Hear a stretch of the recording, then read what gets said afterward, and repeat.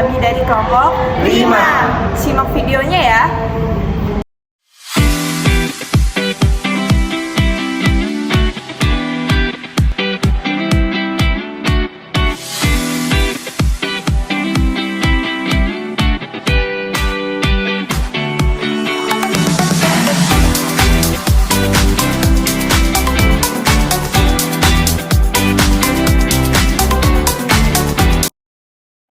Materi kali ini akan membahas tentang kelainan kongenital dan kelainan herediter. Kelainan kongenital, kelainan bawaan atau kelainan kongenital adalah kondisi tidak normal yang terjadi pada masa perkembangan janin. Kelainan ini dapat mengaruhi fisik ataupun fungsi anggota tubuh anak sehingga menyebabkan cacat lahir. Kelainan kongenital dapat memiliki gejala yang bervariasi tergantung pada jenis dan tingkat keparahan, mulai dari fisik yang terlihat secara langsung hingga masalah kesehatan yang lebih dalam seperti gangguan perkembangan mental ataupun gangguan fungsi organ. Kelainan kongenital, kelainan tubuh yang muncul sejak periode sel telur. Pada umumnya, bayi kelainan kongenital dilahirkan dengan berat lahir rendah dan dapat meninggal dalam minggu pertama kehidupan nabila kelainan berat.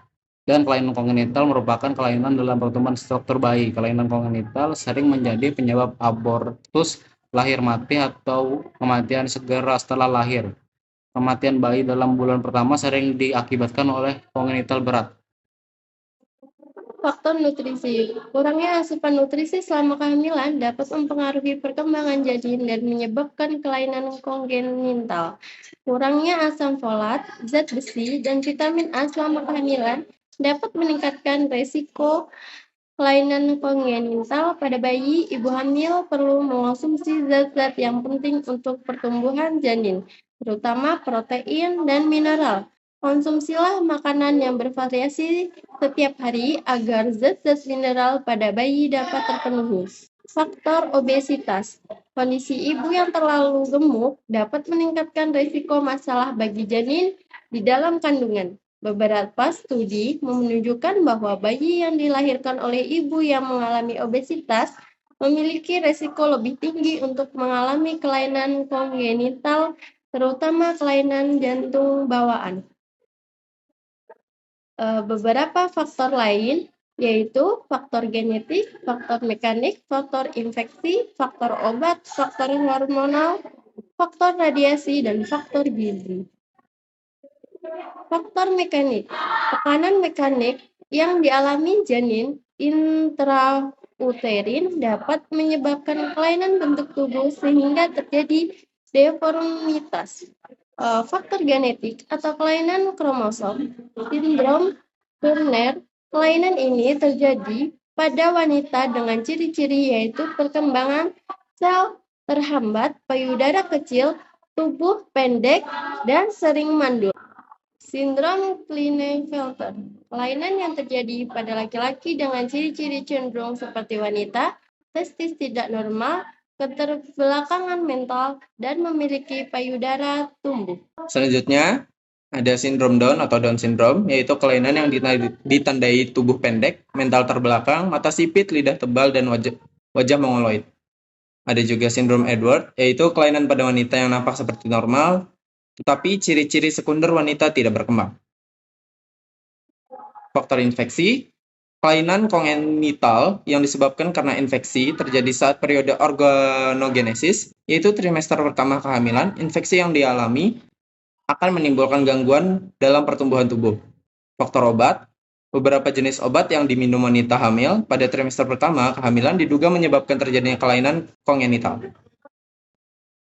Faktor hormonal. Faktor hormonal mempunyai hubungan dengan kejadian kelainan kongenital seperti bayi yang dilahirkan oleh ibu hipotiroidisme dan ibu penderita diabetes mellitus, kemungkinan untuk menderita gangguan dan kelainan lebih besar dibanding bayi yang dilahirkan oleh ibu normal.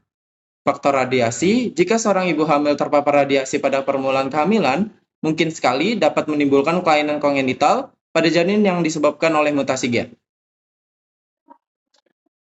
Faktor gizi. Frekuensi kejadian kelainan kongenital pada bayi yang dilahirkan oleh ibu mengalami kekurangan gizi lebih tinggi dibanding dengan ibu yang baik gizinya.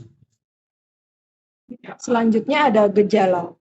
Gejala kelainan kongenital dapat bervariasi tergantung pada jenis kelainan yang dialami oleh individu. Beberapa kelainan kongenital dapat terlihat segera setelah lahir, sementara yang lain mungkin tidak terlihat hingga beberapa bulan atau bahkan tahun setelah kelahiran. Berikut adalah beberapa gejala yang mungkin muncul pada beberapa jenis kelainan kongenital umum. Yang pertama ada sindrom Down. Gejala umum sindrom Down meliputi retardasi mental, penampilan fisik yang khas seperti wajah bulat dengan mata yang cekung, leher pendek, lidah yang besar, telinga yang kecil, serta karakteristik tangan dan jari yang khas. Anak-anak dengan sindrom Down juga cenderung mengalami perkembangan motorik yang lambat, gangguan pendengaran, masalah jantung, dan gangguan tiroid. Yang kedua ada kelainan jantung bawaan. Beberapa gejala yang mungkin terjadi pada bayi dengan kelainan jantung bawaan, termasuk napas pendek, cyanosis atau kulit atau bibir berubah menjadi kebiruan, denyut jantung yang tidak normal, pertumbuhan yang lambat, kelelahan, dan kesulitan menyusu. Yang ketiga ada sumbing. Sumbing dapat terjadi pada bibir, gusi, atau langit-langit mulut. Gejalanya dapat meliputi celah pada bibir atau langit-langit mulut, kesulitan makan atau menyusui, masalah bicara, dan masalah pendengaran. Yang keempat ada spina bifida. Pada spina bifida terdapat kegagalan penutupan tulang belakang yang dapat mengakibatkan benjolan di punggung, kelumpuhan pada bagian bawah tubuh, kelemahan otot, gangguan kontrol kandung kemih atau usus, serta masalah pendengaran dan penglihatan. Yang kelima ada kelainan pada ekstremitas. Kelainan kongenital pada ekstremitas dapat menyebabkan ketidaknormalan pada struktur dan fungsi tangan atau kaki. Gejalanya dapat berupa kelainan bentuk atau panjang jari, ketidaknormalan pada sendi, kelumpuhan, atau kelemahan otot pada ekstremitas. Yang keenam, ada kelainan pada saluran pencernaan. Beberapa kelainan kongenital pada saluran pencernaan dapat menyebabkan gejala seperti kesulitan makan, muntah, perut kembung, konstipasi, atau diare yang persisten. Baik, selanjutnya ada pencegahan, yaitu yang pertama, ada perencanaan kehamilan yang sehat. Merencanakan kehamilan dengan baik dapat membantu mengurangi risiko kelainan kongenital. Beberapa langkah yang dapat dilakukan termasuk menjaga pola makan sehat, menghindari konsumsi alkohol, merokok, dan obat-obatan terlarang, serta menjaga berat badan yang sehat sebelum dan selama kehamilan. Dan yang kedua, ada konsultasi genetik, yaitu jika ada riwayat kelainan kongenital dalam keluarga atau jika ada kekhawatiran khusus, berkonsultasilah dengan seseorang konselor genetika atau dokter untuk mendapatkan informasi dan penilaian risiko kelainan kongenital yang mungkin terkait dengan faktor genetik. Dan yang ketiga, ada pemantauan kesehatan selama kehamilan, yaitu memeriksakan diri secara teratur ke dokter atau bidan selama kehamilan, penting untuk memastikan kesehatan ibu dan perkembangan janin. Pemeriksaan penatal seperti itu, ultrasound dan tes darah dapat membantu mendeteksi kelainan kongenital sejak dini. Selanjutnya ada kelainan herediter. Kelainan herediter, penyakit herediter disebabkan oleh kelainan herediter di dalam kromosom atau gen pada satu atau kedua orang tua yang diturunkan pada keturunannya. Kromosom yang berubah dapat menyebabkan dihasilkannya protein abnormal yang mengakibatkan terganggunya fungsi tubuh yang penting. Pada umumnya, cacat atau penyakit menurun secara genetik bersifat relatif, sehingga muncul apabila genotipnya dalam keadaan homozigot. Cacat atau penyakit menurun ini tidak akan terjadi jika individu memiliki genotip heterozigot, karena gen yang membawanya tertutupi oleh gen pasangannya yang dominan. Cacat atau penyakit menurun tidak dapat disembuhkan atau ditularkan karena kelainan ada pada bagian substansi hereditas yang disebut gen. Walaupun gangguan genetik ini tidak dapat disembuhkan, tetapi dalam beberapa hal konsekuensi fenotipnya dapat dibatasi. Tindakan penyembuhan dapat dilakukan dengan diet, penyesuaian lingkungan, pembedahan, kemoterapi, maupun rekayasa genetika. Harus diketahui, tidak semua penyakit familial yang terdapat dalam keluarga adalah herediter. Beberapa penyakit yang dapat disebabkan oleh pengaruh lingkungan yang memajan suatu keluarga. Misal, defisiensi gizi. Sedangkan penyakit lain dapat diakibatkan dari mutasi gen baru pada keturunan. Baik, selanjutnya akan dilanjutkan oleh rekan saya, Lisa. Selanjutnya, faktor etiologi.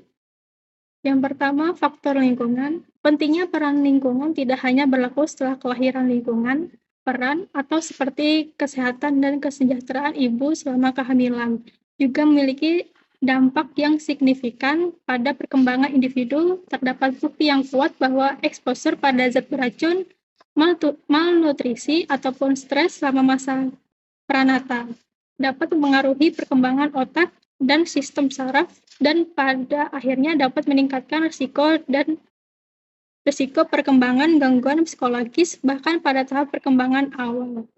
Terdapat teori bahwa ada yang menjelaskan proses perkembangan kognitif terjadi adalah hal yang penting. Yang kedua, faktor keluarga.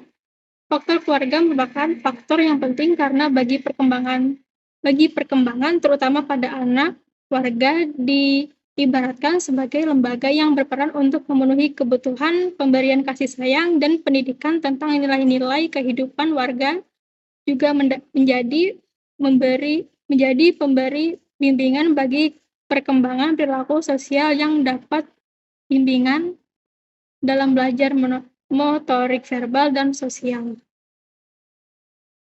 Selanjutnya ada gejala dari penyakit keturunan herediter, ragam, dan bergantung pada penyakit yang dialami.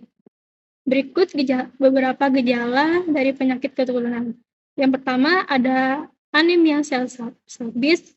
Gejalanya yaitu rasa lelah, sesak nafas, rasa pusing, dan kekurangan darah.